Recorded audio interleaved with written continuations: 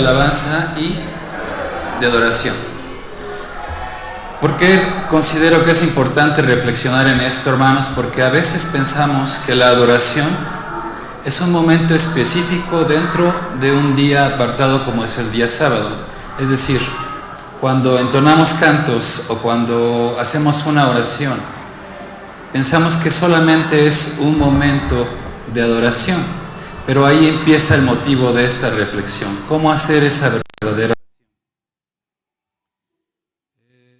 No sé si ya tengamos la presentación. Bueno,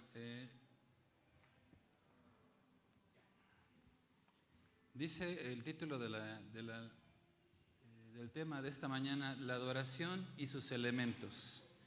Y el primer verso que vamos a ver es el siguiente. Si me ayudan con la siguiente gráfica.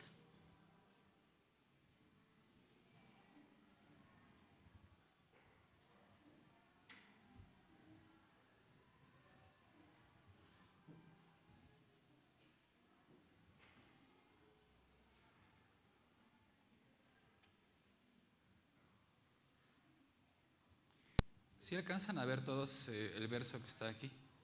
Dice el verso que estamos considerando, dice, Dios es espíritu, y los que le adoran, refiriéndose en este caso a este grupo que somos nosotros, en espíritu y en verdad es necesario que le adoren. Créanme que hace mucho tiempo yo tenía esta duda, hermanos, ¿a qué se refiere este verso en espíritu y en verdad? En primer lugar, la primera parte del verso dice, ¿Dios qué es, hermanos? Espíritu. Y espera que nosotros, gracias, le adoremos en espíritu y en verdad. Y vamos a reflexionar sobre ello, hermanos. En primer lugar, ¿qué es adorar? De acuerdo a la definición que nos da el diccionario es inclinarse o agacharse. Y otra definición es honrar, servir y reconocer. Es decir, cuando estamos adorando a nuestro Dios, le estamos reconociendo, le estamos sirviendo y le estamos honrando. ¿Sí? ¿Hasta ahí vamos bien, mis hermanos? Porque les voy a pedir su participación en un momentito más. ¿Sí? Isaías 43:7, hermanos, dice, todos los llamados de mi nombre, dice, para gloria mía, los he creado, los formé y los hice. Es decir, Dios busca que esa gloria se la demos a ¿quién, hermanos? A nuestro Dios, ¿sí? Pero ¿qué creen, hermanos? Que ha habido siempre a lo largo de la historia de la humanidad alguien que no desea que esa adoración sea para nuestro Dios. Si me quieren acompañar con su Biblia en Génesis 1, hermanos, capítulo 1, verso 26, no está aquí.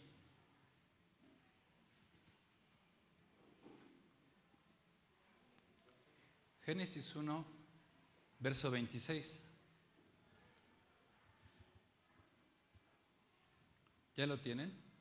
Dice, entonces dijo Dios, hagamos al hombre a nuestra imagen, conforme a nuestra semejanza, y señoree en los peces de la mar, en las aves de los cielos, en las bestias, en toda la tierra y en todo animal que se arrastra sobre la tierra. Pero la parte que quiero tomar es la primera parte, dice, hagamos al hombre a nuestra imagen y semejanza. Cuando Adán convivía con nuestro Dios en el Edén, él directamente tenía una comunicación, la cual vino a ser interrumpida por algo.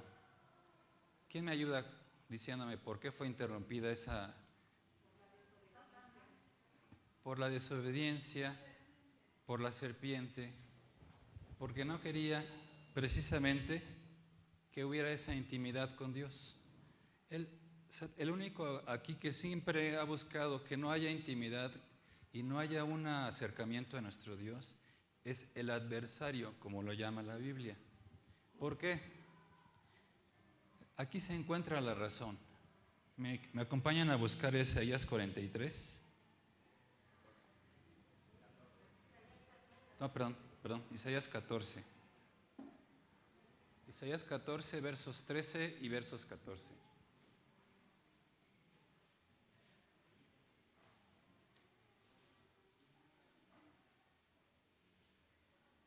¿Ya lo tienen? Isaías 14, versos 13 y 14 dice: Tú que decías en tu corazón, subiré al cielo, en lo alto, junto a las estrellas de Dios, levantaré mi trono y en el monte del testimonio me sentaré a los lados del norte. Sobre las alturas de las nubes subiré y seré semejante al Altísimo. ¿De quién está hablando aquí, mis hermanos? ¿Lo recuerdan? Ustedes lo saben bien, ayúdenme. Aquí está hablando del mismo Satanás que quiso tener el lugar del mismo Dios y que esa gloria fuera para él, ¿sí? Y también lo podemos ver en el siguiente verso. Acompáñenme ahora a ver Lucas 4 y vamos a leer del verso 5 al verso 8.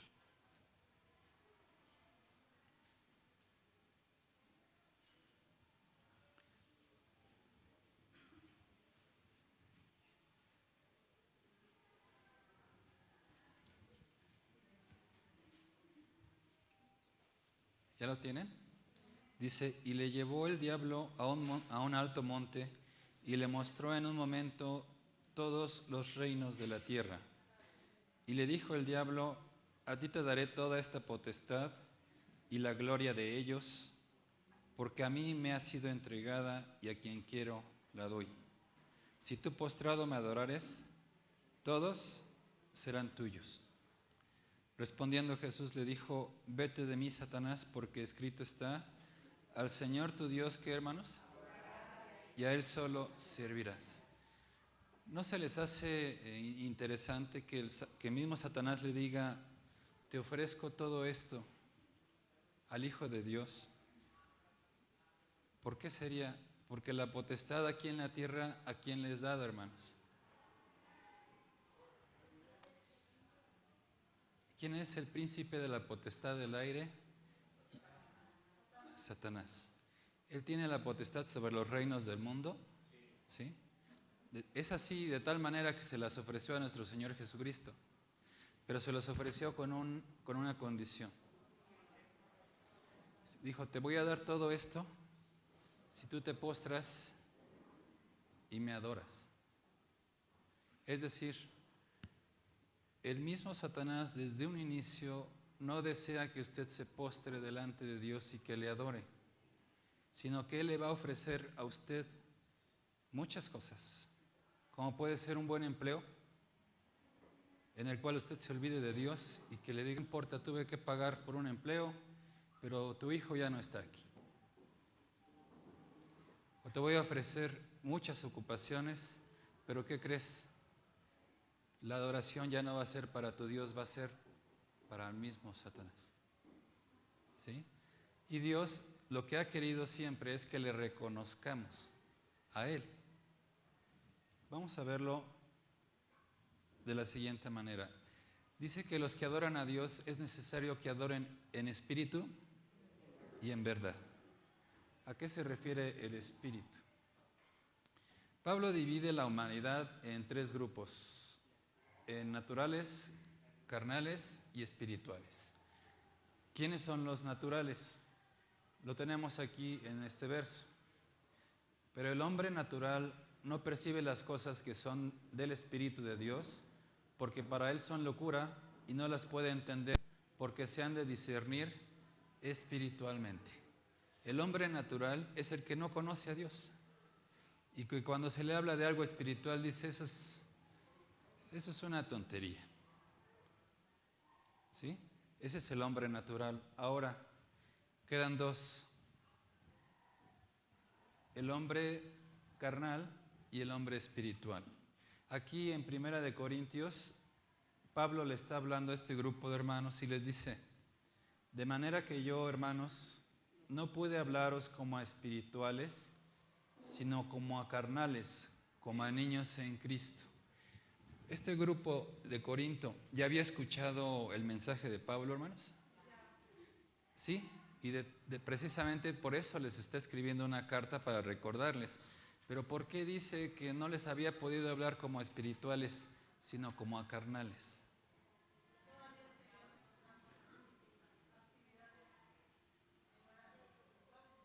Exactamente. Los dice 1 Corintios 3:3. Porque aún sois carnales, pues habiendo entre vosotros celos, contiendas y disensiones, ¿no sois carnales y andáis como hombres? Es decir, si entre nosotros todavía la carne es la que está ganando la batalla, no podemos decir que el Espíritu es el que está venciendo, sino que a veces nuestra carne nos gana en nuestros enojos, en nuestros pleitos, en nuestras contiendas, y por eso el mismo Pablo les dice, es que yo quería hablarles como a seres espirituales, pero la verdad es que al notar yo que entre ustedes había diferencias, disensiones, pleitos, noto que aún hay esa lucha entre la carne y el espíritu. ¿Sí? Por eso mismo dice que hay 3 tipos de hombres, naturales, carnales y espirituales. Y nuestro Dios desea que le adoramos en espíritu. Y la definición que nos da Gálatas 5:22 dice, mas el fruto del espíritu es amor, gozo, paz, paciencia, benignidad, bondad, fe, mansedumbre, templanza, y contra todas las cosas no hay ley. Es decir, si en una persona, si en usted, si en mí, ya tienen estas características, hermanos, quiere decir que ya estoy en el plano espiritual. Y si aún en mí no están estas características, aún mi carne es la que gana. Y se aplica aquí la palabra de Pablo que nos dice, bueno, yo queriéndoles hablar como a seres espirituales no he podido, porque aún la carne es la que está en ustedes. Acompáñenme por favor a ver Romanos 8, versos 5 y 6.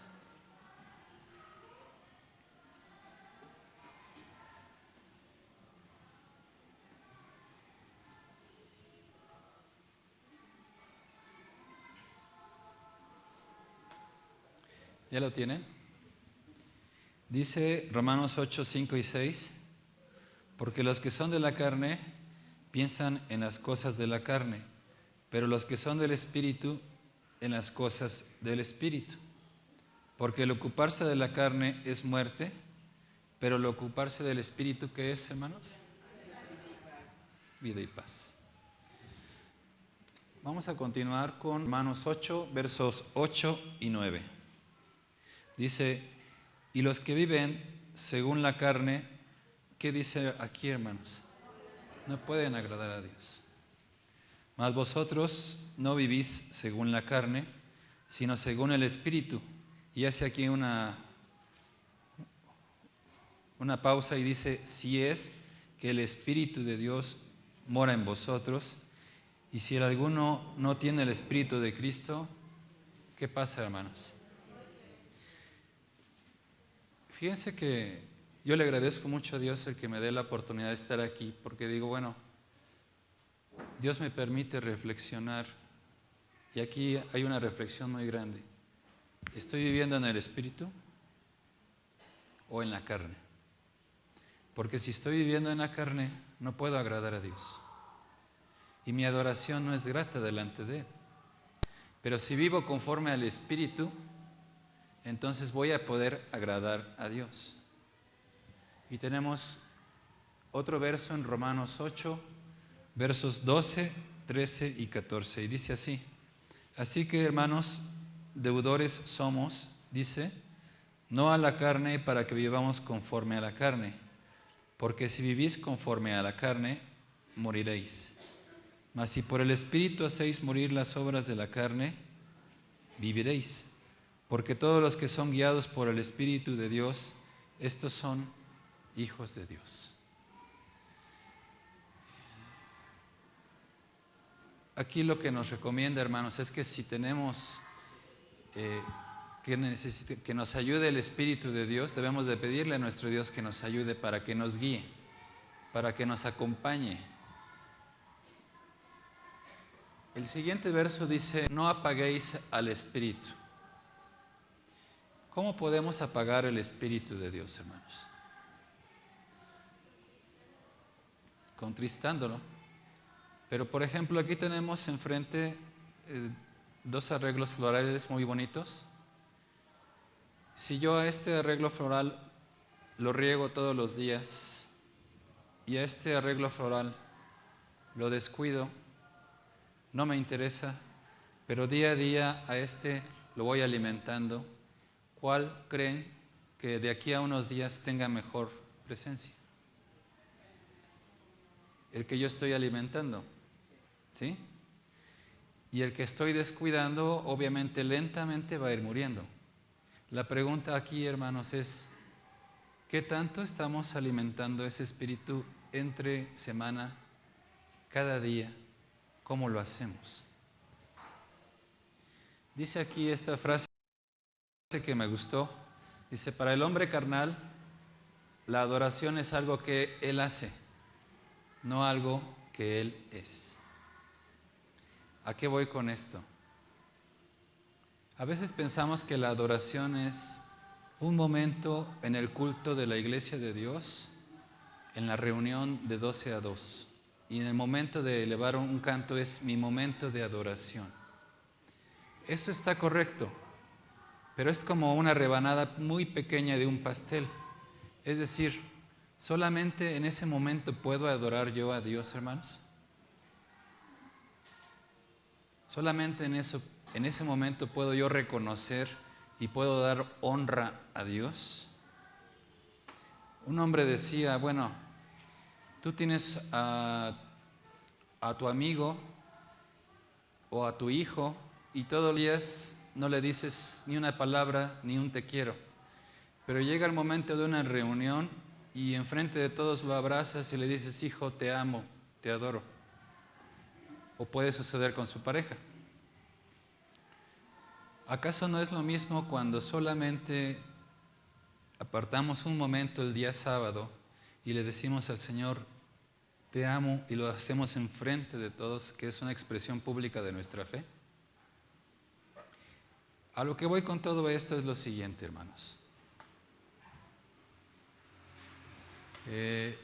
Yo creo que podemos adorar a Dios, y esa es la reflexión que nos está haciendo en este día la palabra, no solamente en este momento, sino cuando estoy fuera de este lugar. ¿Podemos honrar a Dios cuando estamos en nuestros trabajos? ¿Podemos adorarle ahí? Ustedes podrán ser buenos que yo tenía en mi mente que adorarle era postrarme y reverenciar y honrar, sí. Pero ¿no le honras cuando también das testimonio de Él en tu trabajo?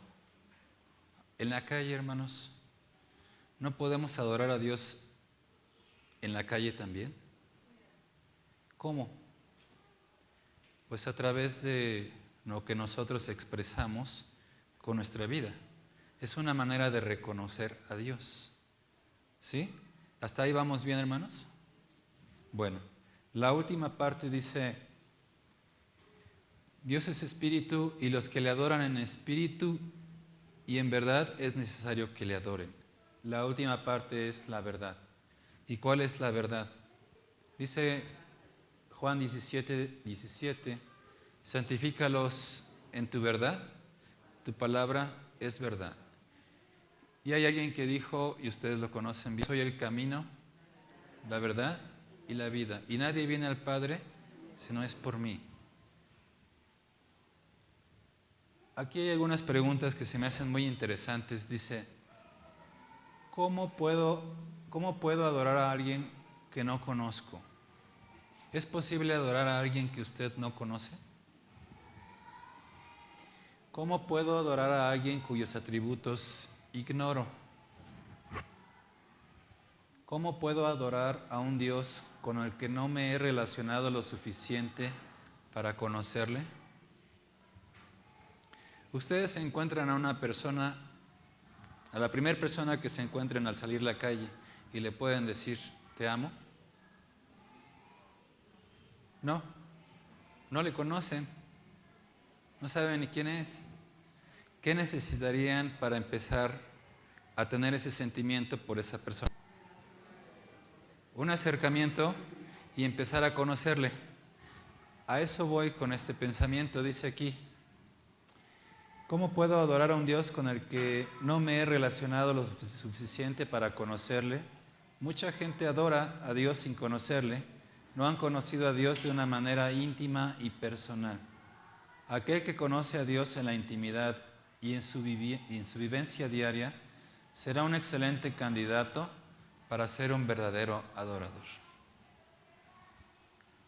La pregunta es, hermanos, ¿hemos tenido tiempo para acercarnos a nuestro Dios día a día, en esta semana, para abrazarle por medio de la oración?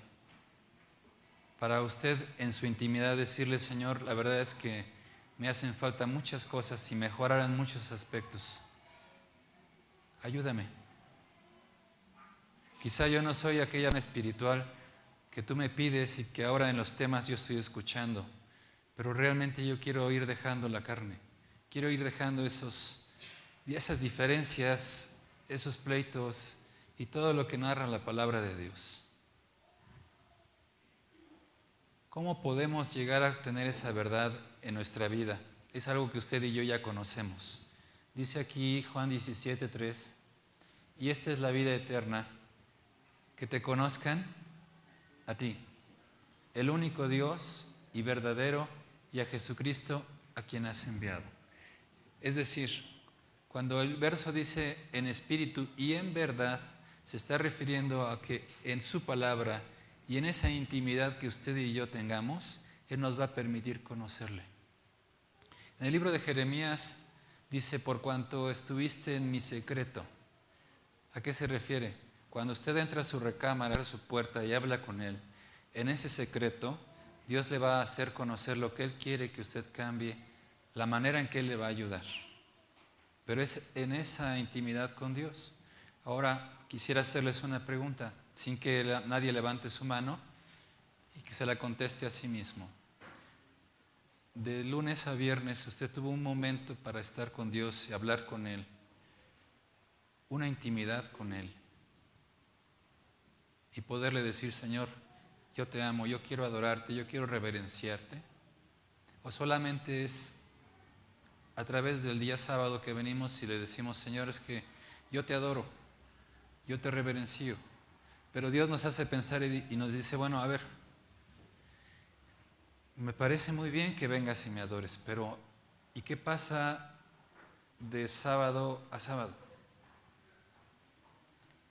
Reflexiona y toma en cuenta que tú me puedes adorar no solamente el sábado, sino el día lunes, martes hasta el día viernes. Cada día me puedes adorar. Y me puedes adorar en espíritu y en verdad. Y ya para ir concluyendo, hermanos,